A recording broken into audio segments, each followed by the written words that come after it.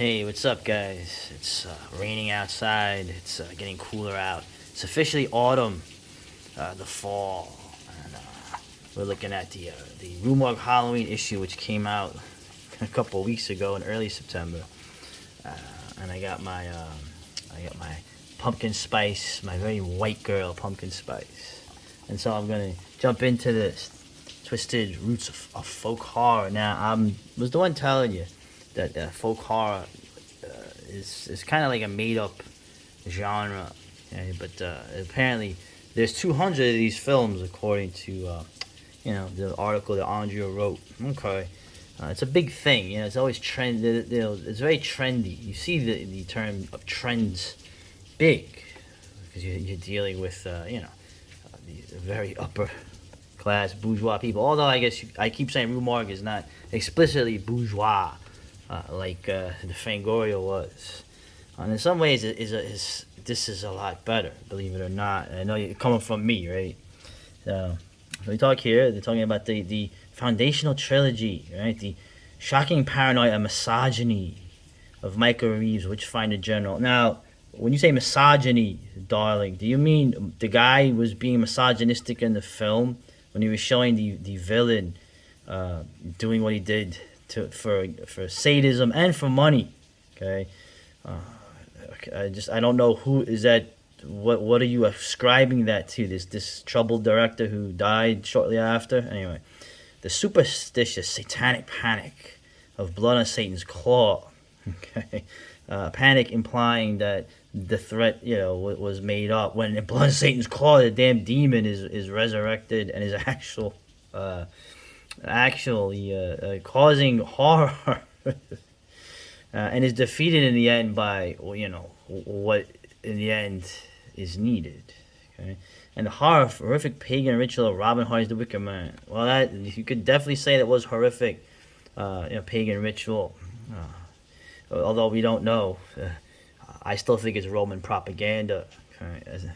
As someone who's of half barbarian and half Roman descent, I can be pretty fair. Anyway, so we're going to the discussion here is with a panel of people, and I never heard of any of these other people involved here except Robert Eggers, who's always an interesting interview. Anyway, so we go. Of course, Andrea puts her feminist, modern, corporate spin on this. Okay, folk horror's relevance continues to unfold. The Me Too movement has contributed to a reappraisal of goddess worship and the divine feminine, making a feminist icon of the witch's Thomasin, who finds liberation in signing her name in the devil's book. I don't know how many times I gotta go over the witch in terms of a feminist icon. Did you see the movie? Okay, I'm going tit for tat. I told you that's always. It's like let's see. I'm gonna put my head through this brick wall to get to the other side, and it didn't work the other 10 times, but I'm gonna do it maybe 30 more times. It's about the same. Okay, I understand that they're gonna see in it what they want to see. In a movie that's actually well crafted, Thomasin is a young woman coming of age in a very haunted wilderness. Okay, and her liberation is to join evil coven of witches who were the villains in the actual story. Yes, the father and the mother, even though they believed in the God of the God of the Calvinists, and they thought that the devil was taking their daughters, which they were actually right about. They loved their children. The tragedy of the story is seeing the father who is just trying to serve his God, and he loves his children, seeing them possibly to being damned for all eternity.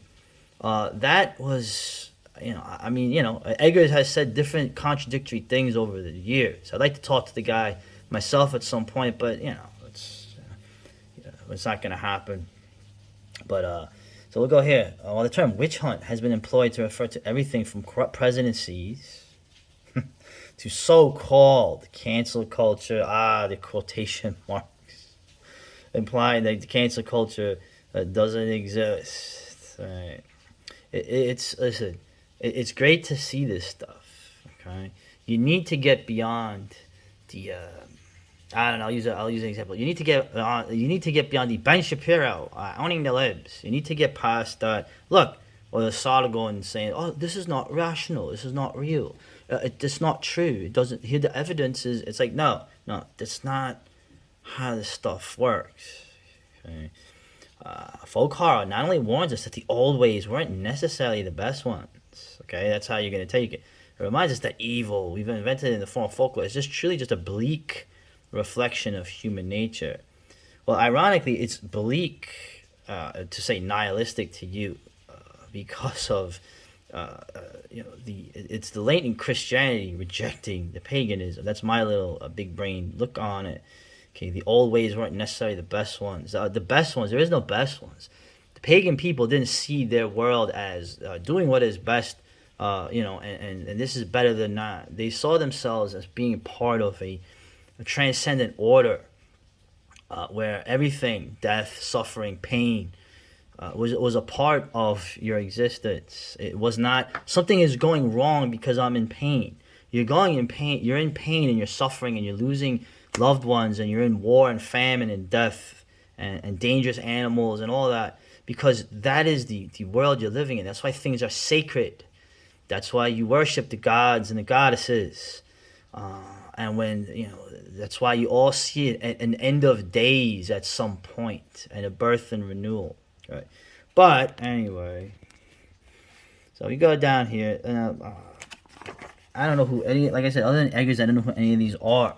Okay, all this woman here does sort of admit that there's not really, what is it? There's not really a folk horror genre. It's a film. Now there probably is because people are aware of it. Okay, creating the genre rather than having it actually exist. What came first? That old gag. But this person makes a good point. The point of interest that there's an ineffable certain something, an aesthetic or atmospheric quality that you may not be able to adequately describe, but you know it when you see it. Okay, this guy just nailed it. Right, the thing in itself. What is beyond the veil? Behind the veil, right? Schopenhauerian view of it. And so we get Eggers here. Pretty much all things come in cycles, right? There's not much you can really say. Yeah. This is cool though. This is an interesting person. I'm not familiar with her. It's worth remembering that the first big wave of folk horror in the 1960s and 70s occurred during the childhoods of Generation X. Hey, or what the writer and broadcaster Bob Fisher, who I don't know who that is, has aptly dubbed the haunted generation. The formative era of that demographic was infused with strange stuff. A multitude of horror, sci-fi films, books, comics, paranormal documentaries, magazines, but also in addition horrors and fears of the real world. What a great notice. I think they're describing somebody that you might be familiar with from his videos. Fears of the real world, right? In the UK, this is a British lad. He's talking about public information films terrifying children with threats, nuclear war, abduction by strangers, okay? Nostalgia for that demographic often seems more like trauma therapy rather than bygone reminiscence. It's... I'm not sure if the context of this is to say that, they were making you fear. They were making you fear things. One thing that is not mentioned of the haunted generation, and I can speak from this. What haunts the generation? Okay, I keep saying the Generation X. You're in between the worlds. You remember the people from the war. Okay, you remember people who grew up in literally the echoes of the 19th century. You still remember those people. They were your grandparents and maybe your great grandparents. The haunting thing, if you grew up in a city anyway, the crime, the certain things you saw that were not, the lies of your parents doing things and hiding them from you, and also the specter of divorce, which is not ever mentioned in this stuff. Anyway, because why? If you mention divorce, or what is a major accelerant for divorce? It's feminism. Ugh. Okay. They're talking more here about the shiny paper is defying me with my patriarchal lens here. All right. we'll go back to Robert since he's the guy I know. Okay, I'm pretty yeah. He's interested in exploring who we are and where we're going. Okay, remember the big thing for him when I had read him talking about The Witch was that he wanted to make a film where it wasn't from the point of view of like, okay, there's an awareness on the part of the audience that obviously these congregationalists who are too extreme even for their own congregation and who are exiled out of the plantation into the New England wilderness, that they are obviously zealots and they believe in false things. Okay, but that's not how he framed it. He frames it in a movie that you're actually seeing it as a person from that time who believes in the devil, who believes in witchcraft, who believes in the supernatural. Okay, looked at the New England or the American wilderness, how they would look at it. And I didn't know he was from New England. That's interesting. So we go over here. We talk about Nigel Kid, the Stone Tape. I've never seen it. I gotta see that. It's one of this guy has written so many great things. Of course, one of my favorite, the Halloween 3. He was supposed to be a real curmudgeon too. I kind of like that. Okay, wow. Folk horror revival has taken root in these times. Political and social turbulence. There's always political and social turbulence. Okay, I would say this is nothing new, except it is new. It's at a level. It's at a greater level. It's at a later phase of an unfolding. Right. The specter of climate change. They always throw that in. I like how that used to be something you could debate, and now it's just accepted as a fact. Okay. I guess the ice age is if it is an ice age coming, they'll say, "Look, we were right. It was climate change." Okay. And they got a movie here. Oh, this interesting film. They bring up one of the Lucio Fulci, probably one of his best movies, and I'm a fan of all his zombie stuff. But the Giallo, Don't Torture a Duckling. That is a great movie. That it's a sick movie, but not. It's the way it's done. It shows the talent of people that said Fulci was a hack. So, and also there's a scene in there that greatly influenced that real hack Tarantino. I'll never forget meeting Lucio Fulci in that winter before he died. Yeah, I remember the guy. The guy was like really appreciative and almost like overwhelmed by all the people that were fans of his. Rest in peace, man. This I've never seen. I keep hearing about this. I gotta see this, man. I'm essentially a Russian in spirit at this point, since the other spirit was wiped out. That's okay. All right, here we go. Furthermore, we live in a time of political division, the pandemic, and the other worlds. Events have resulted in a vile spread of paranoia and conspiracy theory. Now, I could do the obvious and say, wait a minute. It was a left-wing thing to always say that there was a conspiracy of evil people behind the scenes, and that things weren't what they looked like, and